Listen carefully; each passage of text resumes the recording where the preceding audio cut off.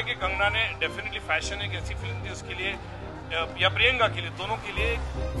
सवाल आपसे यही है, हर बार आपकी जब फिल्में आती हैं कुछ न कुछ ऐसा चीज होता है जो उस चीज से जुड़ी हुई होती है और वो एक्सपोज किया जाता है जो दर्शकों तक नहीं आता, तो इस बार कैलेंडर गर्ल के जरिए हम लोग क्या नया देख पाएंगे?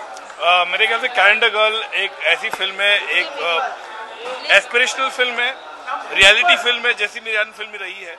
वो दिखाती है, सच्चाई दिखाती है कि कैलेंडर गर्ल्स क्या है। मुंबई शहर में जब लड़की अलग अलग स्टेट से, अलग अलग प्रांत से आती है और वो कैलेंडर गर्ल बनना चाहती है या एक स्टार बनना चाहती है, तो 5 लड़कियां आती है मुंबई शहर में और कैलेंडर गर्ल्स का पूरा जो एक जर्नी है कि कैलेंडर गर्ल्स तो बन जाती है, उसके बाद जो जर्नी है ये वो दिखाता है। और जो मेरे ख्याल से मैंने हमेशा कहा है, जैसे आपने कहा है कि सच्चाई है, हकीकत है, और मैंने बहुत अच्छी तरह इसको ब्लेंड किया है। फिक्शन और सच्चाई के बीच का जो कॉम्बिनेशन है और जो अलग फिल्मों में देखने मिला वो आपको कैलेंडर गर्ल्स में देखने मिला। एक और सवाल है मेरा, सवाल ये है कि कहा जाता है कि इस फिल्म में ग्लैमरस तो है ही, साथ में पैसा भी बहुत है, लेकिन एक्सप्लॉयटेशन की भी बहुत सारी बात कही जाती है। मेरे ख्याल से जो आपने मुद्दे जो मुझे कहा है, जो सवाल पूछा है, मैं डेफिनेटली कहूँगा कि कहीं जो सच्चाई है, जो मैंने हमेशा फिल्में बेबाकी से बनाई है, चाहे वो मैंने हीरोइन बनाई हो, फैशन बनाई हो, ट्रैफिक सिग्नल बने, कॉर्पोरेट वर्ल्ड पे फिल्म बनाई हो, मैंने हमेशा बेबाकी से चीज़ सामने रखी है।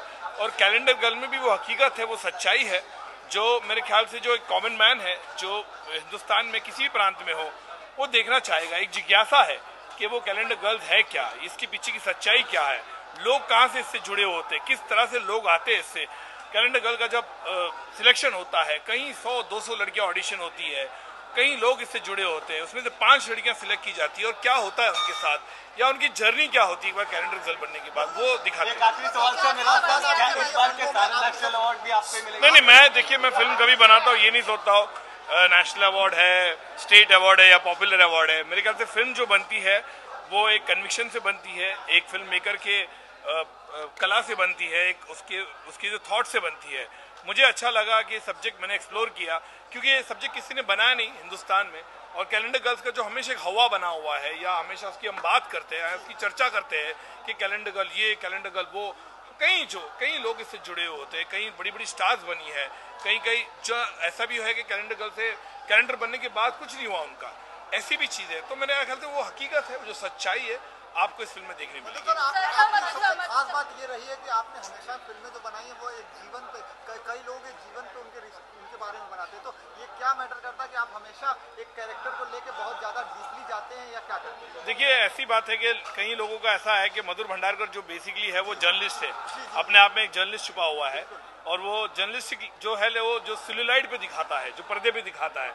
मधुर भंडारकर जर्नलिस्ट है जो पर्दों का है, पर्दे पे दिखाता है। तो मेरे ख्याल से मुझे अच्छा लगता है, डेफिनेटली एक स्ट्रिंग है मेरे में, एक जो बेसिकली मैं कहूँगा जहाँ पे जाके मुझे ऐसा लगता है कि कहीं ऐसे अपने देश में, अपने सोसाइटी में जो चीज़ है वो दिखाना ज़रूरी है, और कैलेंडर गर्ल्स भी उसी दर्शाता है कि जो हकीकत है, जो सच्चाई है। मधुर सर, आपने बड़ी बड़ी हीरोइनों के साथ काम किया है फिल्मों में, लेकिन ये 5 गर्ल का चुनाव कैसे हुआ और क्या ये मैंने इसलिए इसमें बड़ी स्टार नहीं लिया या बड़ी हीरोइन इसलिए नहीं लिया क्योंकि कैलेंडर गर्ल जो होता है, जो माध्यम है, वो हमेशा जो होता है न्यू कमर्स का ही होता है, वो कोई बड़ा स्टार होता नहीं है, कोई बड़ी हीरोइन होती नहीं है। वो हीरोइन बन जाती है कैलेंडर गर्ल बनने के बाद, लेकिन जब बिगिनिंग में हम बात करते हैं तो हमेशा इसमें लड़कियां जो होती है नहीं होती है, गर्ल नेक्स्ट डोर हम कहते हैं, या अलग अलग, जैसे मैंने कहा कि उसका कॉन्टेस्ट होता है, उसकी एक ये होता है कि उसके बाद ऑडिशन होता है, उसके बाद चुना जाता है।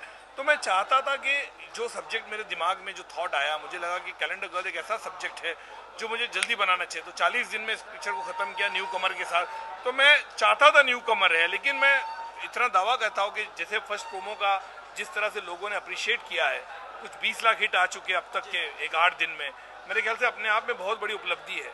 और उस तरह से जब आप इस पिक्चर को देखेंगे, जब ट्रेलर पे देखोगे, पिक्चर देखोगे, कहीं जाके आपको नहीं लगेगा कि ये फिल्म जो है न्यू कमर है, या इतने अच्छी तरह से 5 लड़कियों ने काम किया है, उनका योगदान बहुत कमाल है। प्रोड्यूसर ने जो पूरी तरह से, संगीता अय्यर ने इस फिल्म को सपोर्ट किया है, वो एक फीमेल प्रोड्यूसर होने के जो उनका योगदान रहा है बहुत ही कमाल रहा है। और मेरे ख्याल से इसीलिए इस तरह का सब्जेक्ट, इस तरह का थॉट लोगों के लेके आना बहुत जरूरी था।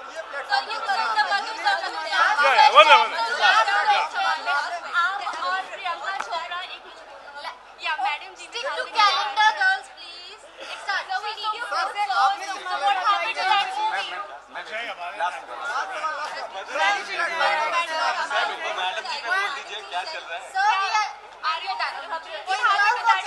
देखिए मैडम जी के बारे में प्रियंका और मैं पहले भी बात कर चुके हैं। मैडम जी एक जो सब्जेक्ट है बहुत ही क्लोज है मेरे। मैंने हमेशा कहा है मैडम जी कैसा सब्जेक्ट है, लेकिन ये है कि प्रियंका चोपड़ा बिजी हो गई अपना गंगाजल 2 में। उसके बाद वो इंग्लिश सीरियल जो कर रही है उसमें बिजी हो गई, तो नहीं हो सका डेट, क्योंकि मैं चाहता था 60 डेज एक साथ मुझे मिले और मैं शूट करूँ।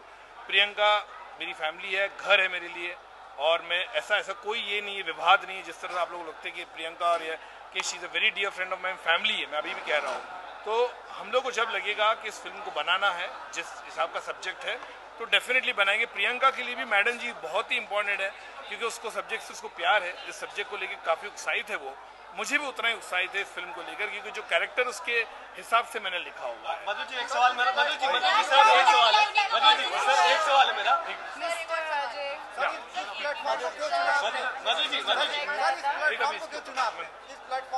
मधु जी सर एक सवाल है मेरा, कंगना की जो सक्सेस है उस पर आपकी क्या है?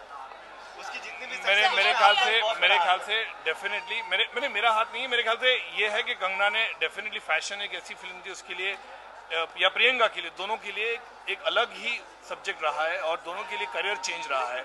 और आज जिस तरह कंगना ने, जो मैं कहूँगा, अपने आप को एक स्टार के रूप में आज जो इतना बड़ा इनिशियली 150 करोड़ का बिजनेस हुआ है तनु वैद्य बनू का, मैं बहुत खुश हूँ। मेरे ख्याल से वो एक ऐसी मिडिल क्लास घर से आई है, हिमाचल से आई है, और जिस तरह से उसने अपने आप को काम किया, इंस्पाइट ऑफ कोई गॉडफादर नहीं होने के बावजूद, कोई ऐसा इंडस्ट्री में कैंप नहीं को उसको सपोर्ट कर रहा है, उसके बावजूद भी उसने अपने आप में अपनी खुद की पोजीशन बनाई है। मेरे ख्याल से ये वो डेफिनेटली बधाई की प्राप्त है।